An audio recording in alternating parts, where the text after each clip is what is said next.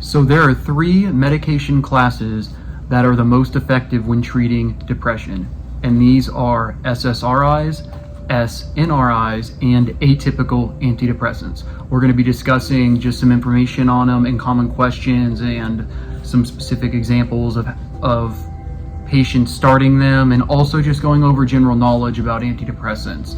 Please like and subscribe to the channel. Let's jump right on into it. So let's first discuss SSRIs. So some common SSRIs that are prescribed are Prozac, Paxil, Zoloft, Celexa, and Lexapro.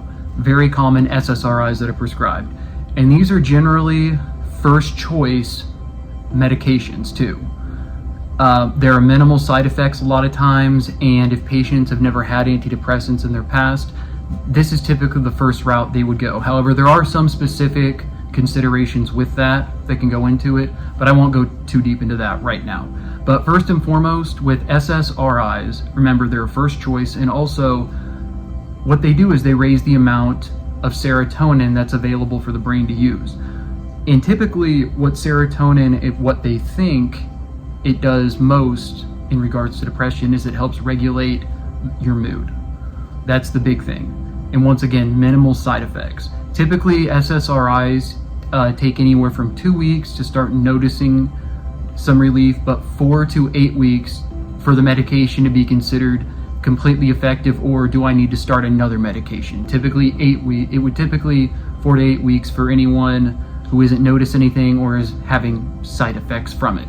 So let's go ahead right now and jump into the second class, which is SNRIs. So these are serotonin norepinephrine reuptake inhibitors. And they do the same thing as SSRIs raise serotonin, but they also raise the norepinephrine in the brain, which norepinephrine in specific helps boost alertness and focus. And these are really good also for people who, for example, have a lot of problems with their sleeping as well. If they have problems, especially with energy, SNRIs can be prescribed a good amount because of how they boost, once again, alertness and focus. And some common SNRIs that are prescribed are Pristiq, Cymbalta, and Effexor. Those are typically the three that are most commonly prescribed, and this would be more so, once again, it can be a first-line treatment. However, a lot of times this would be used after trying an SSRI, a serotonin reuptake inhibitor, a selective serotonin reuptake inhibitor.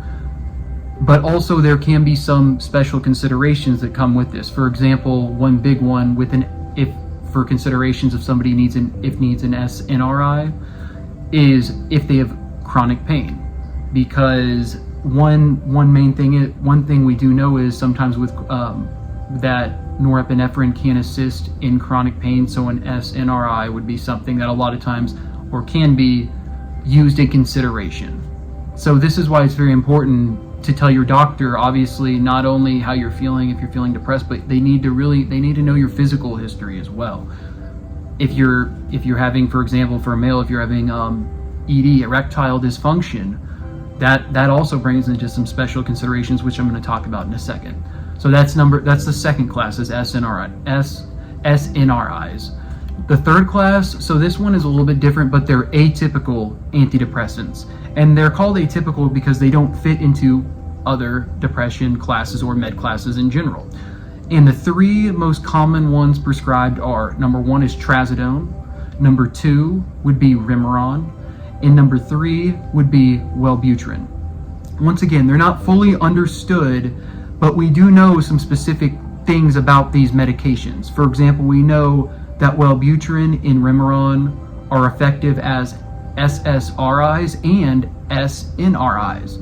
So a lot of times with that, once again, Wellbutrin can be prescribed as a first choice medication due to the fact of, and what I mean by first choice would be after trying an SSRI, would be maybe jumping to this because you're trying to, in a way, really boost your serotonin and norepinephrine. So it could be that combination right there. Also, these three atypical antidepressants of trazodone, Remeron, and Wellbutrin.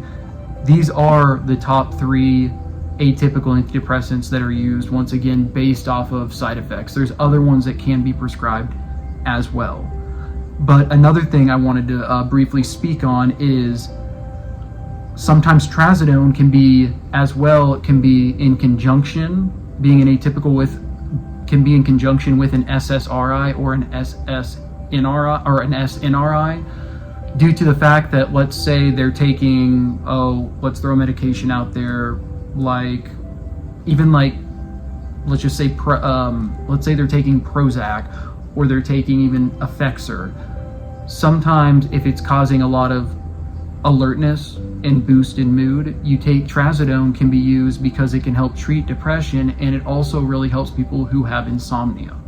So a lot of times, and this isn't, if you've never had an antidepressant before, they typically would not do this, but what I see a lot of times is a patient taking something like, just an example, like Prozac, and then they have added on to it, they might be taking even Wellbutrin, and then night taking trazodone. So a lot of these, they're very interesting because they can be mixed around, and there can be some taken in conjunction. However, that can have obviously more side effects like serotonin syndrome and whatnot, but it's very common to see people on technically multiple types of antidepressants at a time, and see them be very effective, and see when somebody first comes into the hospital compared to when they leave, or having a med adjustment. It's a huge difference. These meds, a lot of them, they really do help people. I see it on a daily basis. So real quick, lastly, I just want to go over some advice with antidepressants in general that I think is knowledge that most everyone should know. So first, once again, SSRIs are typically first choice, or an SNRI first choice for a medication. So if you've never taken an antidepressant before, you're a new patient, this is what they're typically going to be starting you on, unless there are specific considerations with it, like chronic pain. There are some times when they do have to take in the special considerations, and sometimes that won't be the first choice. But for most people, this is first choice. Another consideration. So if somebody comes into the psych hospital, or just in general, they're going to see an outpatient psychiatrist. Another thing that typically what we look at right away is, have you taken an antidepressant in the past? So if you have, was it effective? Because if it was effective and you just stopped it, they're probably going to put you back on that medication 9 out of 10 times due to it being effective. So if you've been on one in your past and you've been off of it for years and you go back in, there's a good chance they'll put you on it again, unless there were severe side effects and you just felt like you didn't need it. Because there's a difference between having side effects from something, or just like getting to a point where you're like, I don't think I need it anymore, then you stop, and then the depression hits again. Also, typically, big thing, an SNRI, and I used to say SSNRI, but an S, so serotonin, norepinephrine reuptake inhibitor. A special consideration with it, once again, is chronic pain. So a lot of times, if there's patients who have even been stroke victims, or just fibromyalgia, a lot of these chronic nerve pain conditions and chronic pain conditions in general, an SNRI will typically be prescribed. I say that because that is one special consideration that I've seen be pretty common. Also, a big thing for men. Now, if you're taking an antidepressant, a common side effect is ED or erectile dysfunction. So one big thing with that is, let's say you're taking Prozac, right? And it's effective, it's working, but your big side effect essentially is you're having erectile dysfunction.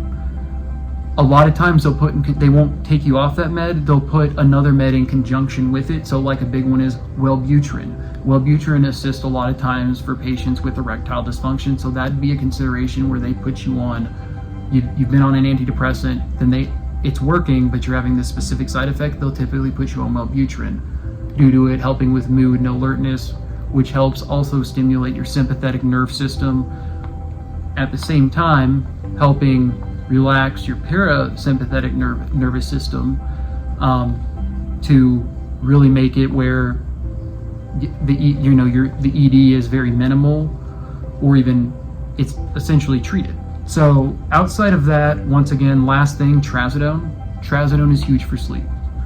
Trazodone can be used in conjunction as well with other antidepressants, because sometimes, once again, due to keeping you up, alert and mood, it tends to make it where it's hard to sleep at night. So trazodone, once again, helps. It's an atypical antidepressant, but it really helps with depression and getting a good night of sleep, and it's not an addictive medication either. That's the end of this video.